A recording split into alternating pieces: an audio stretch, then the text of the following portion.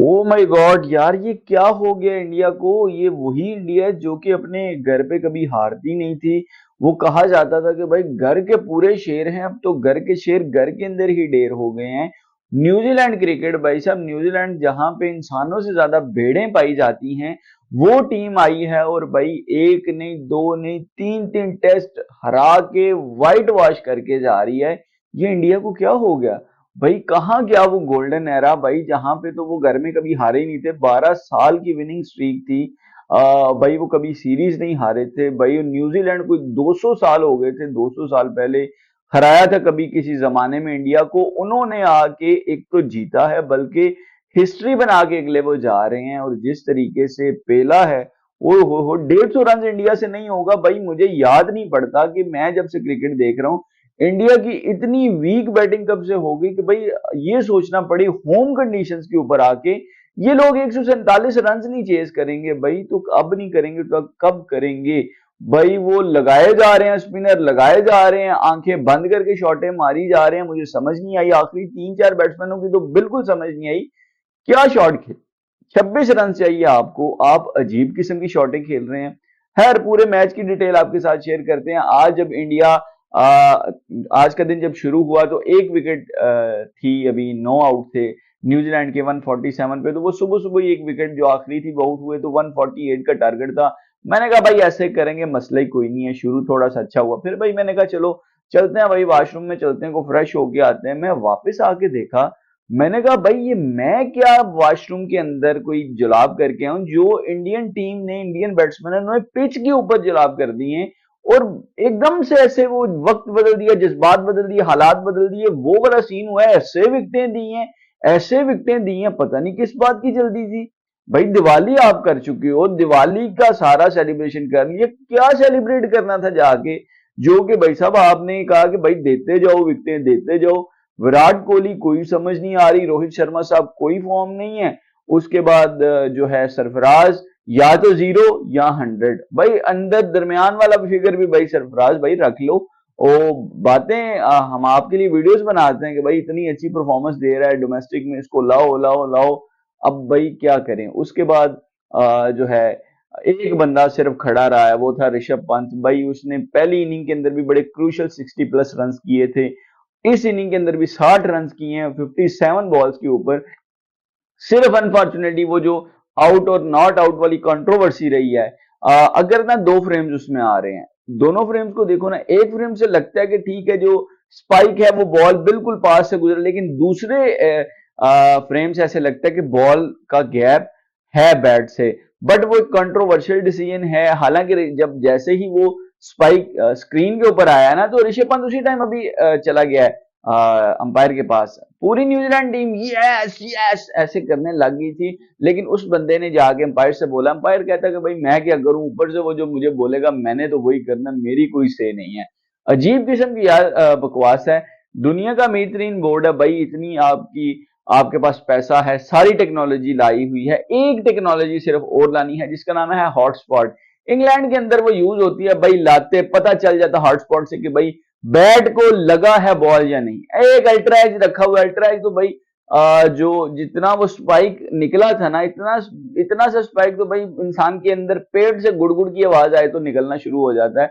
पता नहीं इन्होंने उसी की बेस के ऊपर आउट दे दिया। एक तो उसका बैट बिल्कुल पैड के पीछे था, पैड से भी रगड़ के आवाज आ सकती थी। दूसरे फ्रेम में जो ये लग रहा था कि गैप है, बट अंपायर ने कहा कि भाई आउट, चल निकल। मैंने उधर ही कह दिया भाई यही बंदा था जो मैच लेके जा सकता था।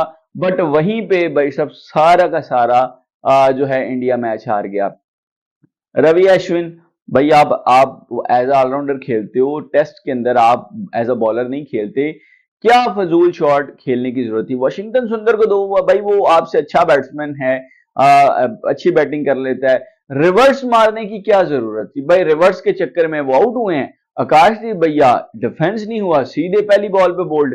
फिर लास्ट विकेट है, वॉशिंगटन सुंदर है, 24-25 रन चाहिए, और भाई साहब वो भी पहली पे दे घुमा के करने लगे थे कि मैं वो मारूंगा स्टेडियम के बाहर। भाई तू देख ले पहला बॉल, तू 4 से 5 बॉलें खेल, आखिरी सिंगल कर, फिर विकेट के सामने आ। बट भाई मैं कहता हूँ इंडिया इतनी वर्स्ट कंडीशन में मैंने आज तक इंडियन क्रिकेट को नहीं देखा। पिछले मेरे पास एक स्टैट आ रहा था कि पिछले कुछ महीने के अंदर इन्होंने किया क्या है। मैं अब पिछले एक महीने के अंदर अंदर अंदर इंडिया के साथ हुआ क्या है। भाई साहब पिछले एक महीने में लास्ट 30 डेज में भाई पहले ये अभी पूरी वाइट वॉश हुए न्यूजीलैंड से। फिर जो न्यूजीलैंड से पहला टेस्ट हारे थे वो 36 साल का रिकॉर्ड तोड़ा। ठीक है, फिर लोएस्ट टोटल होम कंडीशंस के ऊपर 46 के ऊपर ऑल आउट हुए। फिर भाई साहब 4,331 दिन की एक विनिंग स्ट्रीक थी, वो टूटी। फिर भाई loss to UAE and Oman in Hong Kong super sixes. तो ओवरऑल इंडिया के लिए कोई अच्छी खबरें नहीं है। ओवरऑल जो उनकी क्रिकेट चल रही है, और स्पेशली यार टेस्ट क्रिकेट के अंदर डोमिनेट करने वाली दुनिया में रैंकिंग की नंबर 1 टीम उस मुल्क से जो है अपने होम। चलो पाकिस्तान के अंदर तो प्लानिंग है नहीं, हमारे पास बैट्समैन नहीं है, हमारे पास 20 आउट करने वाले बॉलर नहीं है। खैर अभी हमने कुछ स्पिनिंग ट्रैक बना के 2 स्पिनर वो लाए हैं तो उन्होंने कुछ पकड़ा, अदरवाइज तो हालात हमारे बुरे हैं। लेकिन इंडिया टीम से आप एक्सपेक्ट ही नहीं करते कि इतना बुरा खेले। भाई वर्स्ट तरीन परफॉर्मेंस दी है जो है इंडिया की जानिब से। एजाज पटेल पहली इनिंग के अंदर 5 आउट करके गया, दूसरी इनिंग के अंदर 6 आउट कर गया। इंडिया की जानिब से भी जडेजा ने पहली इनिंग में भी 5 लिए, दूसरी में भी। बट भाई वो क्या कर रहे जब बैट्समैन ही नहीं कुछ कर रहे। आपके कोहली साहब आउट ऑफ फॉर्म है। उनका आखिरी सेंचुरी से जो उन्होंने की थी ना, 25 इनिंग हो चुकी है भाई। 25 इनिंग के अंदर अभी तक उनकी सेंचुरी नहीं आई। हालांकि विराट कोहली की 4, 5, 6 इनिंग के बाद उनकी सेंचुरी आया करती थी। पता नहीं वो फॉर्म कहाँ गई। मेंटली तौर पे यार ये बंदे रिटायर हो गए हैं। अगर ये वर्ल्ड कप 2023 वाला जीत जाते, इन्होंने रिटायरमेंट का ऐलान कर देना था। T20 का इन्होंने 2022 में कर देना था, वो जो मेलबर्न वाला। बट अनफॉर्चुनेटली वो जीत नहीं सके। इसीलिए अभी ये सिर्फ टेस्ट चैंपियनशिप का वेट कर रहे हैं। अब इनके लिए हालात बड़े मुश्किल हो गए हैं। 5 में से 4 टेस्ट जीतने हैं, ऑस्ट्रेलिया में 1 ड्रॉ करना है डायरेक्टली क्वालिफाई करने के लिए वर्ल्ड टेस्ट चैंपियनशिप में। और ऑस्ट्रेलिया को ऑस्ट्रेलिया में आप सोच सकते हैं कि भाई 4 टेस्ट हारेगी, ऐसे भाई नामुमकिन नहीं है। बट नजर नहीं आता ना हालात। आप देख लो लास्ट टाइम जब ये बीजीटी जीते थे तब पुजारा, अजिंक्य रहाणे यानी प्रॉपर एक टेस्ट के टेम्परामेंट वाले बैट्समैन थे। ये सारा T20 वाली मेंटेलिटी पाकिस्तान के अंदर तो यही बर्बादी का सबब बना है। जब भी पीएसएल से उठा के टेस्ट खिलाया तो ये हुआ, वहां से भी अब वो आईपीएल और वही भाई T20 वाली मेंटेलिटी उठा के ला रहे हैं। अब एक बैट्समैन अफोर्ड कर सकते हो ऐसा पूरी बैटिंग लाइनअप में, लेकिन अब जब सारे ऐसे भरोगे तो भाई ये वो फिर काम खराब ही होने वाला है। तो भाई इंडिया जो है 36 साल के बाद न्यूजीलैंड ने हराया, सीरीज हराई है, व्हाइट वॉश किया है, वर्ल्ड रिकॉर्ड बनाया, हिस्ट्री बना दी है। इतना वर्स्ट खेला है। कोई फॉर्म नहीं है ना कोहली भैया की, ना रोहित भैया की, ना उसके बाद सरफराज देख लो, फिर उसके बाद केएल राहुल को बाहर किया था। तो भाई ये सिचुएशन चल रही है। ये सारा मैच का अहवाल था। सीरीज हार चुका है India. Many many congratulation to New Zealand. Dominate करके जीते हैं। इंग्लैंड पाकिस्तान के अंदर आया, पाकिस्तान ने स्पिनिंग ट्रैक बनाया, वो फंस गए, लेकिन न्यूजीलैंड ने उन्हीं स्पिनिंग ट्रैक के ऊपर वहां पे फंसाया। एजाज पटेल के लिए एक बात करता चलो। एजाज पटेल के सारे कहते हैं कि भाई न्यूजीलैंड में आउट नहीं करता, यहाँ पे आता और मुंबई के अंदर जो है वो आउट कर देता। भाई एक्चुअली इस बंदे का होम ग्राउंड ही ये है, ये मुंबई में ही पैदा हुआ है एजाज पटेल। पहली दफा आया था 10 आउट कर गया। फिर भाई अब जो है फिर से पूरे मैच में कोई 11 आउट कर गया। तो ये इसका होम ग्राउंड ही है।